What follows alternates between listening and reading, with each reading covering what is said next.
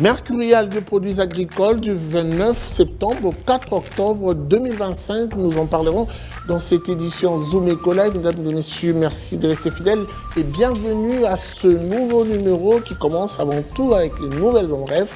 On se retrouve juste après pour la suite. C'est parti.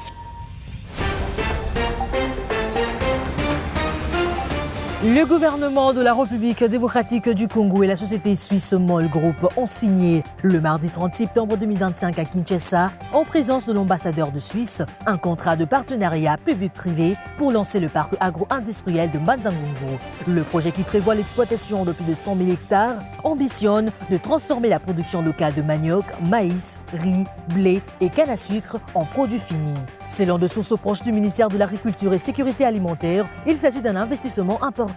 Plus de détails, ce sont Thierry Copenet.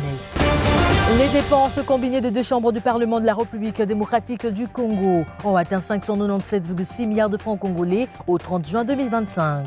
Ces montants équivaut à environ 208,5 millions de dollars américains, calculés sur la base d'un taux budgétaire moyen de 2 853 francs congolais pour un dollar américain.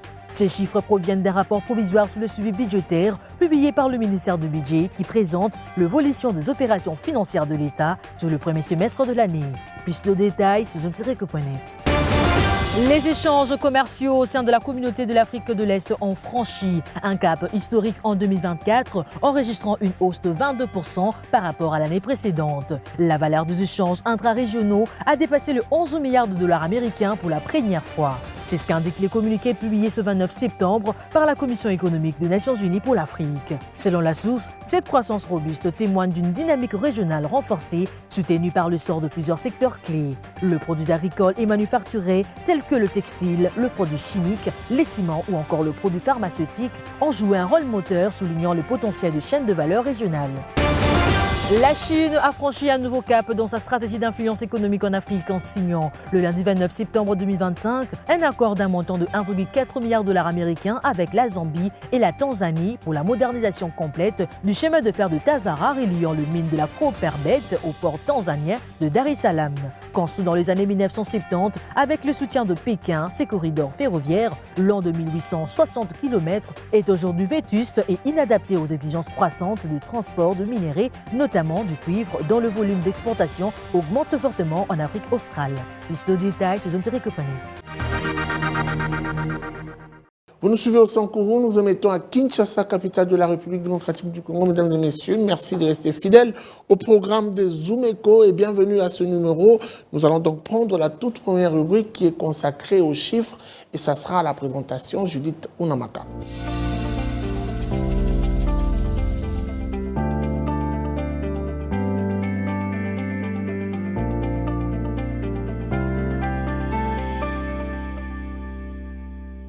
Judith Unamaka, bienvenue. Merci Guy. Alors la thématique nous fait le condensé de la Mercurial de produits agricoles justement allant du 29 septembre au 4 octobre 2025. Mais avant tout, j'aimerais qu'on prenne l'évolution du taux d'échange en République démocratique du Congo.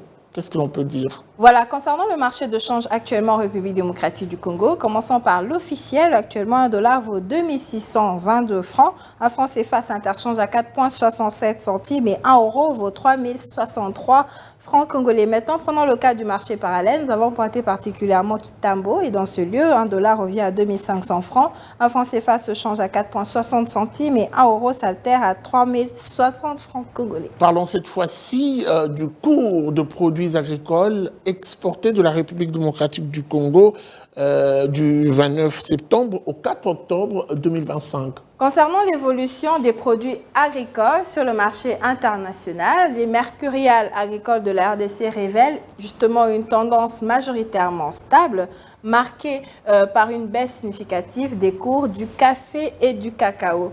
Et le niveau de chaque produit respectivement, on note tout d'abord le produit tel que le café Robusta qui chute de 4,65 $ américains le kilogramme à 4,25 $ américains le kilogramme la semaine précédente. Le café Arabica recule de 7,54 $ américains le kilogramme à 6,83 $ américains le kilogramme. Le cacao suit la même trajectoire comme ces deux produits, passant de 7,07 $ américains le kilogramme à 6,77 $ américains le kilogramme au courant de cette période. Alors, on se quitte avec cette question. Je vis Tounamaka sur l'évolution de produits agricoles à tendance stable au cours de la même période. Qu'est-ce que l'on peut retenir? Alors, à propos des produits agricoles qui observent une stabilité au cours de cette échéance, je note l'huile de palme qui se négocie à 1,30 $ américain le litre, le sésame à 2,87 $ américain le kilogramme, le soya à 1,75 $ américain le kilogramme, le caoutchouc à 0,95 $ américain le kilogramme, le piment frais, cayenne africain et bec d'oiseau, respectivement à 11,70 $ américain le kilogramme, 22,90 $ américain le kilogramme et 26,80 $ américain le kilogramme. Notons aussi les produits pharmaceutiques, leur évolution au cours de cette période. Il s'agit des écorces de quinquina qui se sont négociées à 1,53 $ américain le kilogramme, la poudre de totakina à 54 $ américain le kilogramme, le sel de quinine à 91,30 $ américain le kilogramme, le papaïne à 21,72 $ américain le kilogramme, le Rolfia qui se négocie à 1,53 $ américain le kilogramme au courant de cette échéance. Merci beaucoup pour ces précisions. Je rappelle que vous étiez à la présentation des chiffres clés. Merci à vous, c'était un plaisir. Et puis, cette bonne nouvelle pour les forces armées de la République démocratique du Congo qui bénéficieront dorénavant d'un appui des services nationaux dans la confection des tenues militaires. Pour en parler, nous allons recevoir pour vous Gardi Diana qui sera avec nous tout de suite après ceci.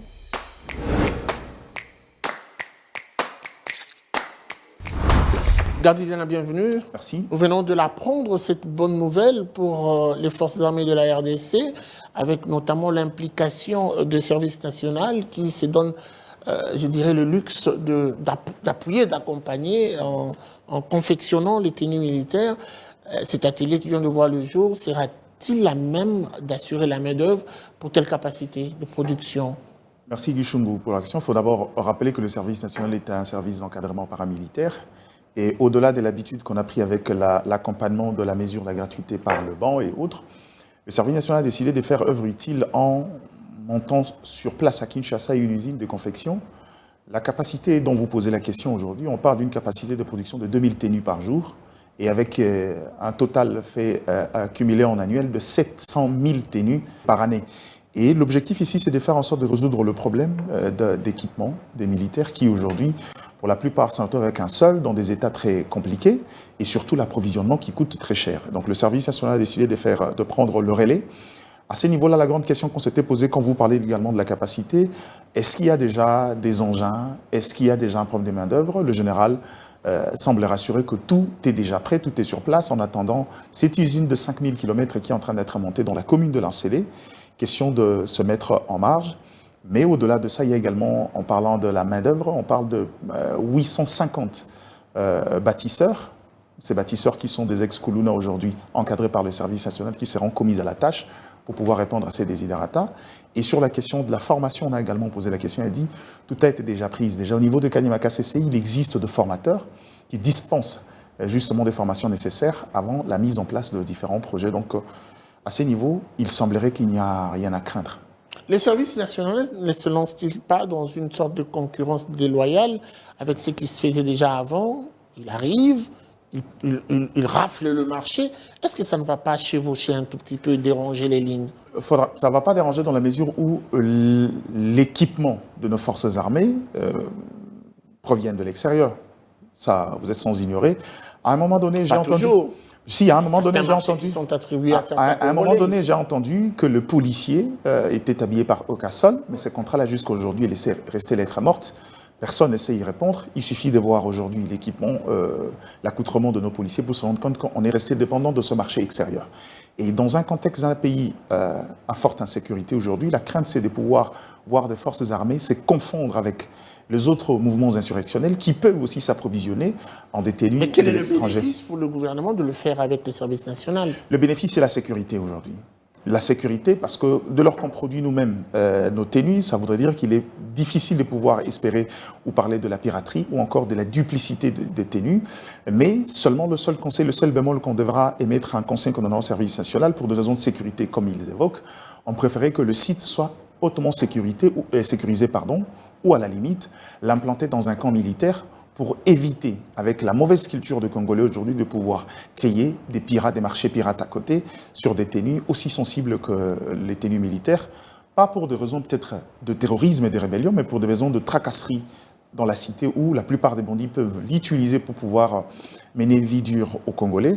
Et donc, à ce niveau-là, c'est un cri d'alarme, c'est un conseil qu'on donnerait au service national, mais dans le fond, selon en croire le général Kassongo Kabouik, tout a été mis en place pour que finalement cette production soit fortement sécurisée et éviter la piraterie, la duplicité des tenues sur le champ de bataille, mais surtout permettre à chaque militaire d'en avoir une ou deux ou trois, question de leur permettre d'être dans des états convenables et ne pas faire de ce corps de métier un métier pauvre qui se reflète rien que par la tenue, même si on dit qu'on ne reconnaît pas le moine par son habit, mais l'habit fait quand même le moine. Très bien. Alors, il y a quand même une sagesse qui dit qui embrasse trop mal le train. Est-ce que le service national ne serait pas en dehors de ses attributions de départ? On a vu dans la fabrication de bancs pour les élèves, on a vu dans des récoltes importantes de maïs, construction des écoles. Aujourd'hui, on est dans la coupe et couture carrément. Est-ce qu'il n'y a-t-il pas, quelque part, violation de texte d'attribution? Il n'y a pas de violation à la base. Le service national, c'est comme j'ai dit, c'est un service paramilitaire d'accompagnement, d'encadrement de la jeunesse. Peu importe le secteur. Peu importe les secteurs d'encadrement. Demain, ça sera les mines. S'il y a le besoin, pourquoi pas? C'est justement ça. Aujourd'hui, on parle, par exemple, quand vous parlez de la production dans le secteur agricole, le service national est le service principal d'approvisionnement de la réserve stratégique nationale. Donc ça voudrait dire qu'aujourd'hui, on le permet. Et vous verrez que dans les actes posés par le service national, rien n'est commercialisable. Le service national vient en aide, en appui à l'État congolais et ne commercialise rien de ce produit. Et hormis certaines productions de maïs, en connivence avec l'État congolais, on décide de le mettre à moindre prix parce que le reste de prix est subventionné par l'État congolais pour faciliter la vie aux Congolais. Mais jusque-là, il n'y a pas dérapage. Le seul souci, quand vous évoquez cela, c'est peut-être un problème de moyens. Je crois qu'à en croire le général, on s'est posé la question où seront logés les 800 et quelques bâtisseurs qui arriveront à Kinshasa pour ce travail-là. Et donc, il y a un problème de logement et le général aurait reconnu. Et donc, il y a un travail à faire très rapidement avant décembre où cet atelier a commencé à produire. Il faut également, à côté, construire le logement de la plupart des bâtisseurs qui vont travailler à ces tâches. Mais jusqu'à là, le service national est dans ses prérogatives, lui reconnues par la loi. Vous parlez des bâtisseurs, j'ai répondu tout de suite avec une question. Est-ce que cette main-d'œuvre est qualifiée? Ils sont formés, c'est une chose, la certification et la qualification de la main-d'œuvre. Est-ce que c'est le cas pour les services nationaux? Je vais parler en corporate. Pour ce produit qu'on n'a pas encore vu, on va attendre de juger les maçons au pied du mur. Pour toutes les interventions parce qu'on que nous avons déjà constatées. Mais pour les autres interventions du service national, il suffit de demander à ceux qui ont bénéficié de l'aide.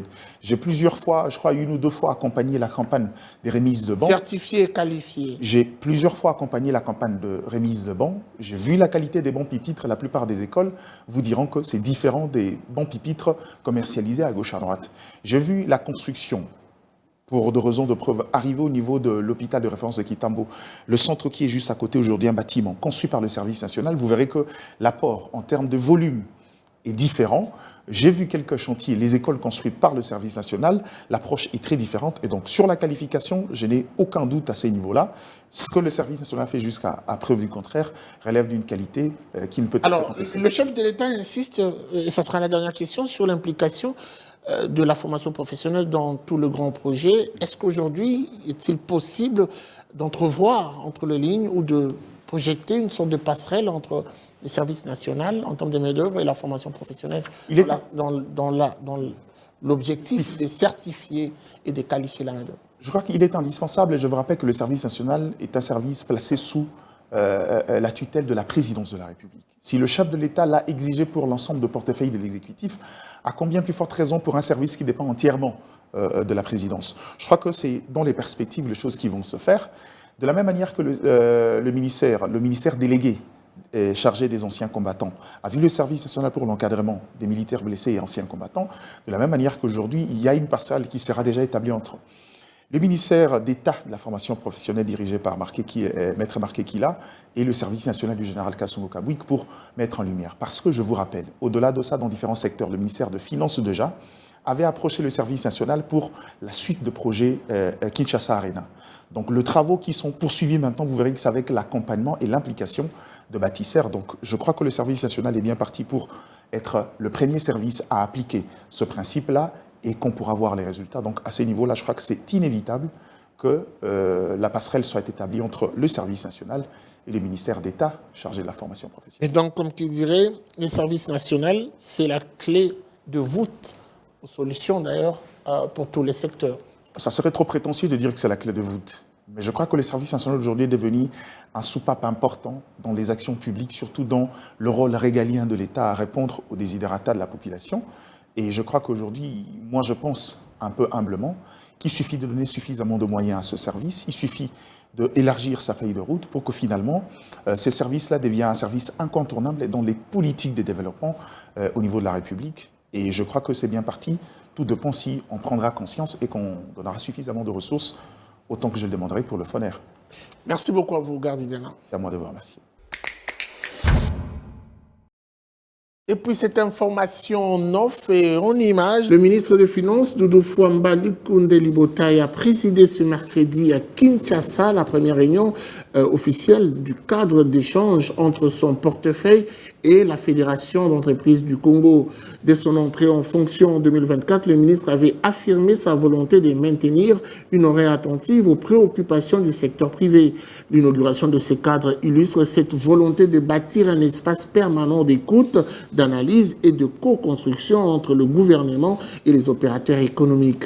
Doudou Fouamba, le dialogue franc et continu avec le secteur privé est la condition essentielle à améliorer le climat des affaires et à la réussite des réformes entreprises par l'État.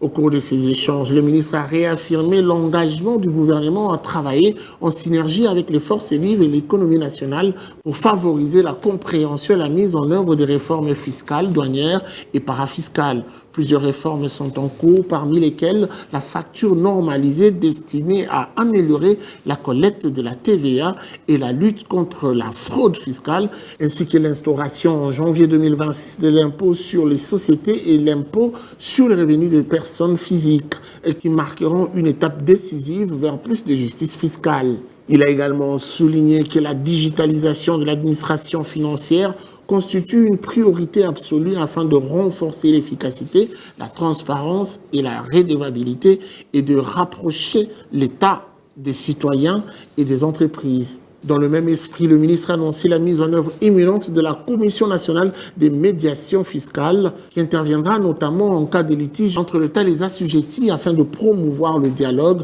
la transparence et une réforme fiscale inclusive. Le ministre a également annoncé que les réunions de ce cadre d'échange se tiendront désormais chaque trimestre et seront accompagnées d'un mécanisme de suivi d'évaluation et des matrices de préoccupation de la FEC afin de garantir un traitement efficace, mesurable et concerté des attentes du secteur privé.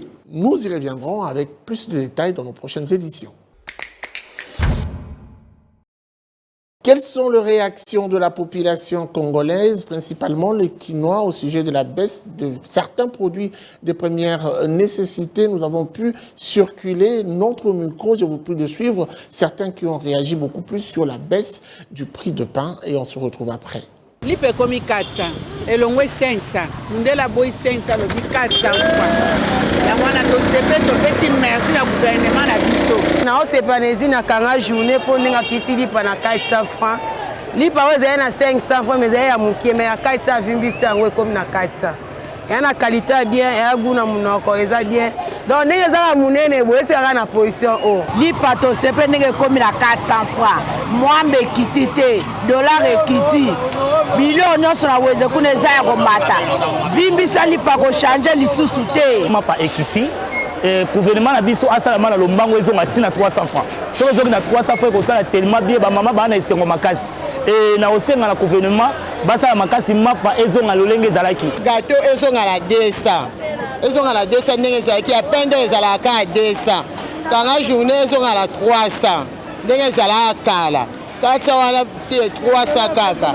gato ezongala 200 tosepe mpo ebandi na lipe ebandi kokita neti babile befeza nango eloo moko ba 1500 mais ezotekama ba 4000 soki ntango etekama 4000 ngai na oteka na lipe a combien ekita ta ba 1500 lipe a 300 tokotia yango 200 ndenge dola ezokita mapa mpe ebandi kokita biloko nyonso ekokita po mboka soki biloko ya kolia eza pri ya bie ekokende liboso matisi lipe ekomi monene mpe akitisi prix clientèle ezongi en tout cas tosepeli makasi tobinaki makasi parce que asalaki esengo ya mama nyonso oyo atekaka lipa akontinue kaka na monene wana ya lipa pour que biso mpe toyeba na koteka régulièrement ndenge tobanda koteka ntango lipa ezalaka avant nani ntango ezalaka plein victoire tolingi to ezonga ndenge ezalaka. Suivez-moi tout le jour à travers Zoom Wende sur Zoom Eco Live. Abonnez-vous sur notre chaîne YouTube. Zoom Eco Live, la référence de l'actualité économique en RDC. Quels sont les différents prix de produits alimentaires au marché avec la baisse du taux de dollar? La question obtient des réponses à travers la rubrique Zoom Wende, d'autant que Naomi Kandé s'est déplacée. Elle nous amène faire avec elle le marché. Je vous prie de suivre ce numéro Zoom Wende. On se retrouve juste après.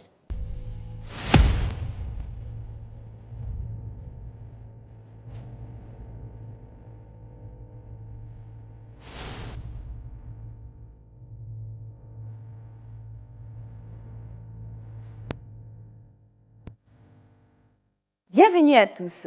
Zoom Wende s'est rendu au marché Mollard pour vous présenter le prix de quelques denrées alimentaires qui sont en baisse depuis la journée du mardi 30 septembre 2025. Sans plus attendre, découvrez avec nous le prix de ces produits alimentaires qui sont en baisse et on se retrouve juste après.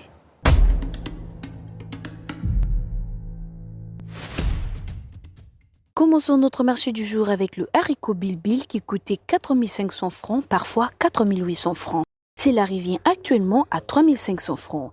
Le haricot loufou coûtait 4 500 francs et se vend actuellement à 3 500 francs au marché de Mollard. Un écolo de semoule se fixe actuellement à 3 000 francs. Le manioc se vend actuellement à 3 000 francs également. Pour les consommateurs de tomates concentrées, cela se fixe à 350 francs ou 400 francs chez d'autres commerçants. Un sac de riz revient actuellement à partir de 50 000 francs, voire plus.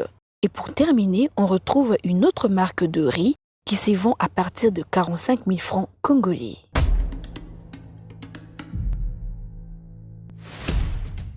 C'était tout pour ce numéro de Zoom Wende. Merci de nous avoir suivis et prenons rendez-vous au prochain numéro. Au revoir.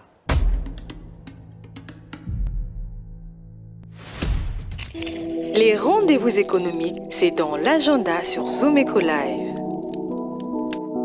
Abonnez-vous sur notre chaîne YouTube.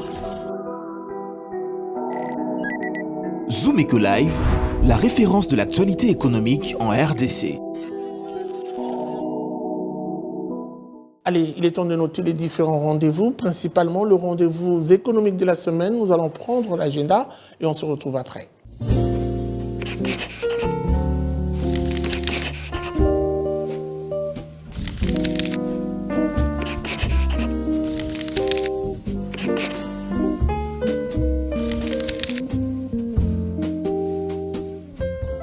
Bienvenue à l'agenda. Voici les rendez-vous économiques.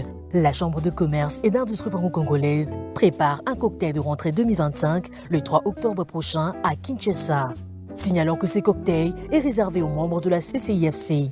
À présent, notons la 10e édition de Expo Béton prévue du 8 au 11 octobre prochain à Kinshasa, précisément au Centre culturel et artistique pour le pays de l'Afrique centrale, et abordera le thème ci-après 100 milliards de dollars américains pour rebâtir la RDC post-conflit, catalyser une transformation audacieuse pour le 21e siècle. Et pour finir, signalons que Kinshasa se prépare à vibrer une fois encore. La 2e édition de Kinshasa Vibe revient du 18 au 19 octobre 2025 à 10h sous les thèmes l'interconnexion et les tourismes, les cinémas à Kinshasa. Merci de nous avoir suivis. Au revoir.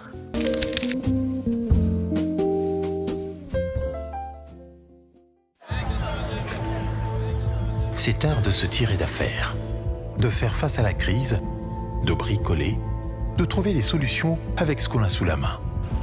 Un art dans lequel les Congolais ont développé un savoir-faire particulier. Article 15. Débrouillez-vous pour vivre.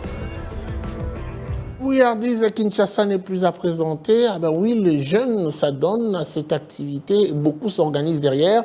Aujourd'hui, c'est un volontaire qui accepte de nous ouvrir ses portes. Il nous parle d'une activité qu'il entreprend depuis plusieurs années. Il est dans la vente des tenues de travail. Comment fait-il pour s'organiser? Vovon Lessedjina nous amène plus de précisions avec ces condensés qu'il nous propose à travers la rubrique Article 15.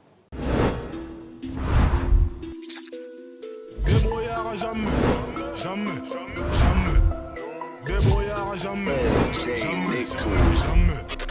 Débrouillard jamais.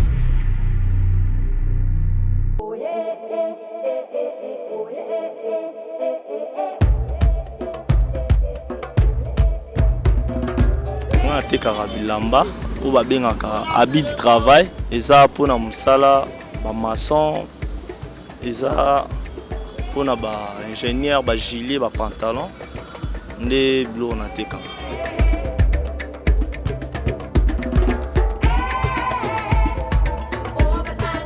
ba avantage ou tozwaka dans monde ya commerce ya ballon je peux acheter même ballon à $100 ce qui est bimi bien oki pe ozwa bénéfice pe nazwina nous $100 oyo na bimisa ki na timpanzi le reste on a teka nde bénéfice nanga soki nalingi ndeti na dépenser il faut nazala na kaye na ba o nazo dépenser eza combien na économisaka mbongo nanga soki nazwi moi $50 na olongola $10 na tie na part pour na dépense $15 na tie pour na osala maka mosusu le reste est là na bombi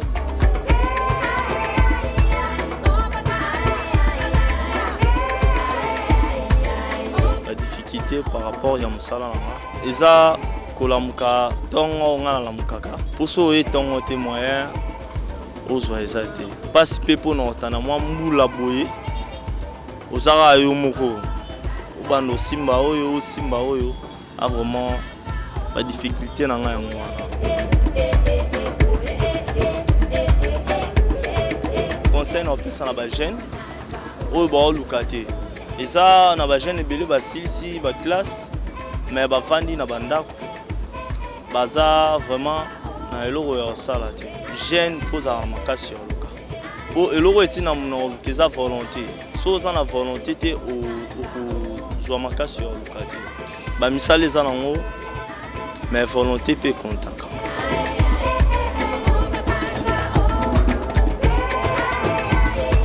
ba jeune loko la biso toza na besoin misala bango pe bazomona eno ba jeune to souffrir faut que non ba lukela biso méthode moko que o ba jeune pe ba commencer batala pe côté pe ya peuple na bango pe nde toujours vivre biso to on a besoin de vie sociale et ça va bien ba on nde ba diriger biso mais ba ba neni yo conduire vie na biso nisa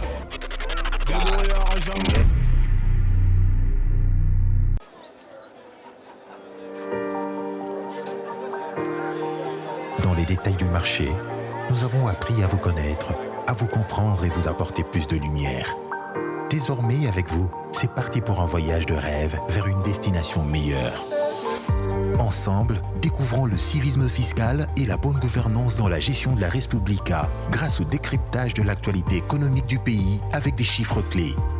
Avec une équipe de professionnels, découvrez le quotidien des Congolais en exclusivité à travers des dossiers et analyses approfondies.